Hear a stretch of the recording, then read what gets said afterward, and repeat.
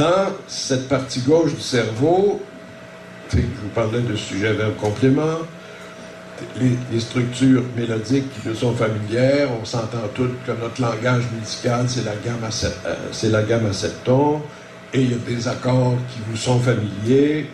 Tout va bien, c'est analysable, classable, mémorisable, donc récupérable. En anglais, on dit retrievable, que tu peux le ramener. C'est pour ça que tantôt, là, vous avez chanté combien de tunes des Beatles? Ils datent de loin, hein? Vous les avez ramenés. Parce que c'était clairement classé dans votre cerveau.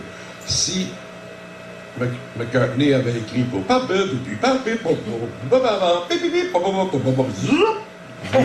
n'auriez pas tenu.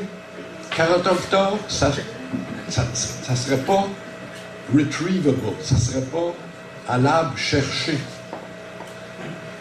C'est intéressant pour un compositeur de se dire, avant de commencer à écrire, qu'il est en réalité à la chasse aux choses reconnaissables tout en étant singulière.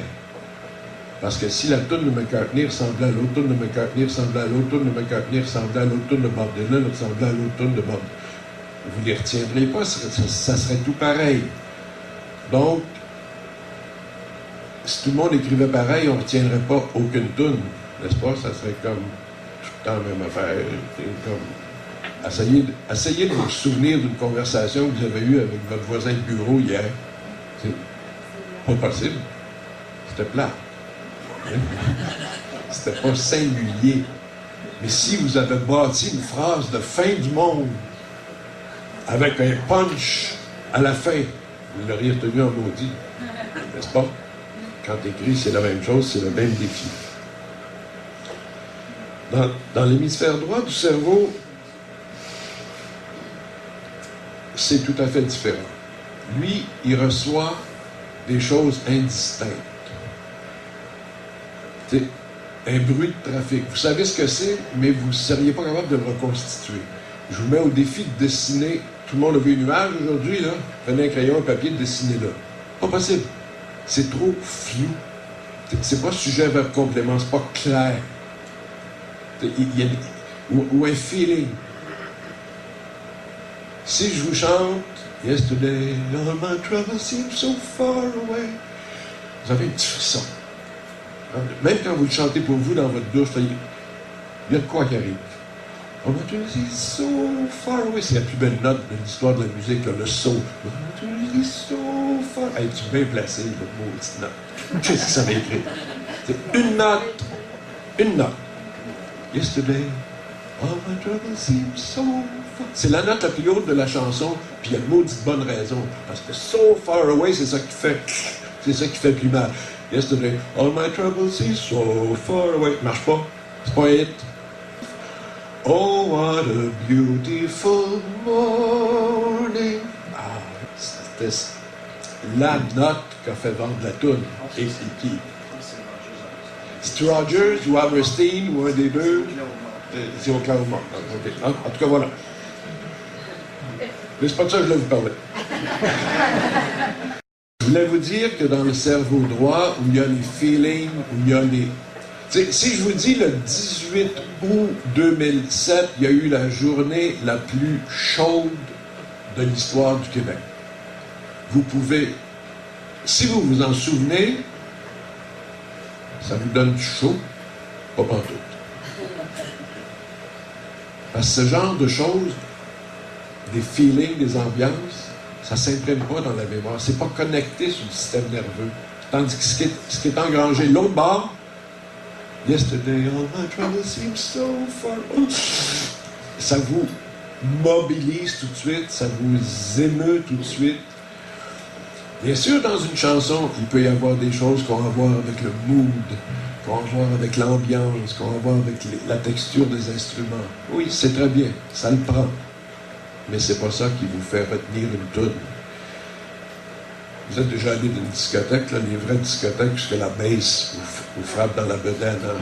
Pendant que vous êtes dans la discothèque, tout votre organisme, y compris vos os, beat en même temps. Ouvrez la porte, fermez-la, sortez dehors, puis plus rien. Vous ne vous sentez pas pantoute comme ça. Autrement dit, le feeling neurologique du beat, il vous fesse pendant qu'il vous fesse. Dès que vous en êtes sorti, zéro effet. Si je vous dis, si je vous nommais la toune la plus beatée que vous avez jamais entendue, vous n'allez pas partir à swinguer. Donc, ce qui se classe dans le cerveau droit, c'est non analysable, non classable, non mémorisable, donc non récupérable. J'essaie de vous dire que ce qui fait la force d'une toune, c'est la variable mélodique. Celle que vous êtes capable de mettre dans votre cerveau. Si on revient au cycle de la création d'une chanson, mais en commençant par la fin, on dit qu'est-ce qui se passe dans la tête de l'auditeur quand il écoute une toune? Bien, il y a une réponse psychologique, il y a une émotion, il y a une réponse même physique quand il y a de la pulsation. Il est confortable ou inconfortable. Puis des fois, ça il remplit les oreilles ou ça y remplit d'émotions, il n'est plus capable, il est saturé. Ou alors, il est très confortable parce qu'il y a un sentiment de familiarité. Tiens, ce genre de tune-là, j'aime bien ça. Il y a un bien-être, un malaise, où il ressent un univers, une ambiance, un mood. Mais tout ce que je viens de vous dire là, c'est des choses intangibles. Vous ne seriez pas capable d'en mettre sur la table. Vous pouvez vous mettre deux cuillères à soupe d'ambiance, s'il vous plaît? Ça ne marche pas de même. T'sais, tout ce que je viens de vous décrire de ce qui se passe dans votre cœur, dans votre cerveau, quand vous réagissez à tout, c'est du domaine des intangibles. Pourtant, tout ça est causé par des choses très, très, très tangibles. Le phénomène intangible qui se passe dans votre tête est généré par des choses très tangibles. Des notes, des mots, des harmonies, des rythmes, une manière de chanter, autrement dit de phraser, l'instrumentation, les textures, les enveloppes. Autrement dit, quand vous écoutez un disque, c'est des affaires physiques. Là. Comment ça se fait que des affaires physiques se traduisent en moi par des choses aussi intangibles? Et c'est la beauté de l'art. Hein? Et le créateur doit être informé de ça. Il ne doit pas succomber au piège de penser que ce qu'il fait avec son auditeur, c'est de la télépathie. C'est pas ça pantoute. La preuve, quand j'écoute la 9e de Beethoven, qui est mort il y a très longtemps, il n'a pas les moyens de m'envoyer des ondes télépathiques. Il est mort. Il est très mort. Si je vous chante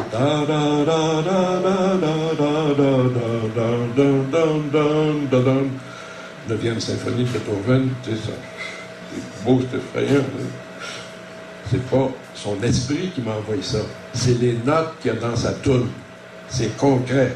Puis c'est au lieu de s'appeler Ludwig van Beethoven, il s'appelait Roger Turcotte, ça ferait pareil. D'ailleurs, je m'en fiche de qui l'a écrit. Avez-vous déjà vu les belles grandes cathédrales européennes? C'est beau, tu regardes ça, ton âme fait... Qui c'est qui a bâti les cathédrales? Savez-vous? Donnez-moi le nom d'un architecte. On ne le sait pas. Ça a-tu d'importance? Non!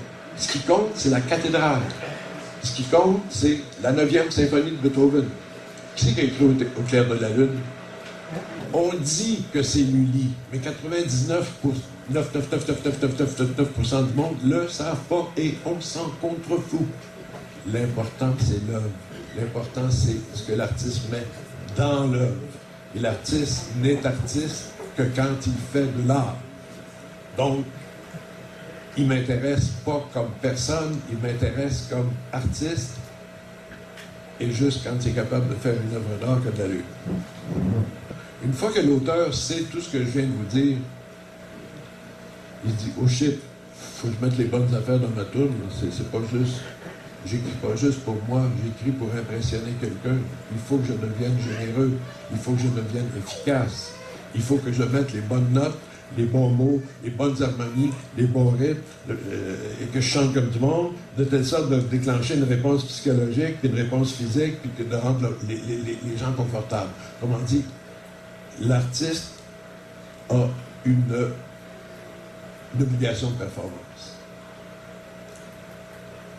Et j'appelle ça une question d'éthique,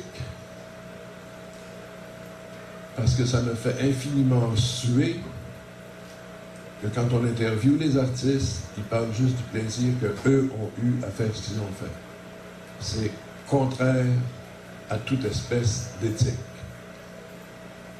Le but de la fonction d'artiste, c'est pas l'artiste. Le but de la fonction d'artiste, c'est vous.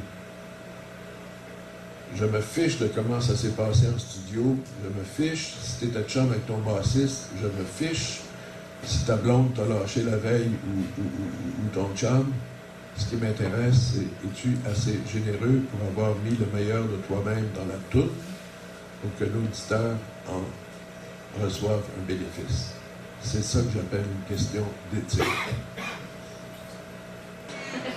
Évidemment, si on regarde les choses sous l'angle de la logique que j'essaie de vous exprimer, là, l'artiste devient très intéressé à écouter l'auditeur, à dire qu'est-ce qu'il a pensé de ma toune,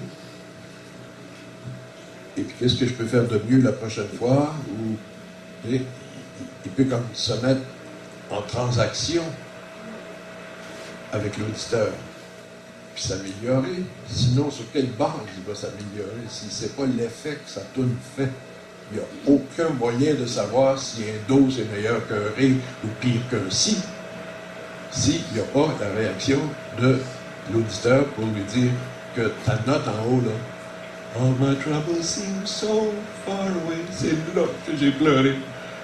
Il faut que l'auteur sache ça. Et donc, ça lui permet de faire l'autocritique de sa toune et de dire « Oh shit, je m'en vais dans la bonne direction. Oh shit, t'as pas ça partout. » Je vous signale en passant que les Beatles, et on va revenir à eux, McCartney a déjà dit que chaque fois qu'ils écrivaient une toune, il approchait l'écriture de la toune comme si c'était un single. Il fallait que ça fesse. Ils n'écrivaient pas de façon complaisante pour eux-mêmes, on va passer le temps. Là. Non, non, c'était, il faut que la toune connecte. Il faut, puis d'écrire comme si c'était des singles, ça t'oblige à être efficace. Et ça t'oblige à être inventif, et ça t'oblige à être singulier, parce que si t'es pas singulier, si t'es pas original, tu vas te confondre avec la toune d'avant, ou la toune d'à côté, ou l'auteur de... Non, non. Le vrai défi de quelqu'un qui écrit pour autrui et qui veut rendre à autrui un service particulier, c'est qu'il faut qu'il soit original. Là, on s'en va à une place glissante. Vous l'avez sans doute entendu dire autant comme autant. Voici le portrait de l'industrie du disque, de la business du disque depuis un certain nombre d'années. Vous remarquez que ça finit en 2010, là, c'est juste pas mis mes données à jour, mais c'est en même temps. Ça continue. Et l'industrie du disque crie à tout le monde, c'est bien épouvantable, nos affaires s'en vont sur la bande, c'est comme si c'était la pluie puis ça arrive sans que tu fasses exprès. Là. C'est rare dans ce business-là qu'il arrive des choses sans qu'on fasse exprès. Généralement, les choses arrivent en fonction de ce qu'on a fait arriver, et quand elles n'arrivent pas, ben, elles n'arrivent pas parce qu'on ne les a pas fait arriver.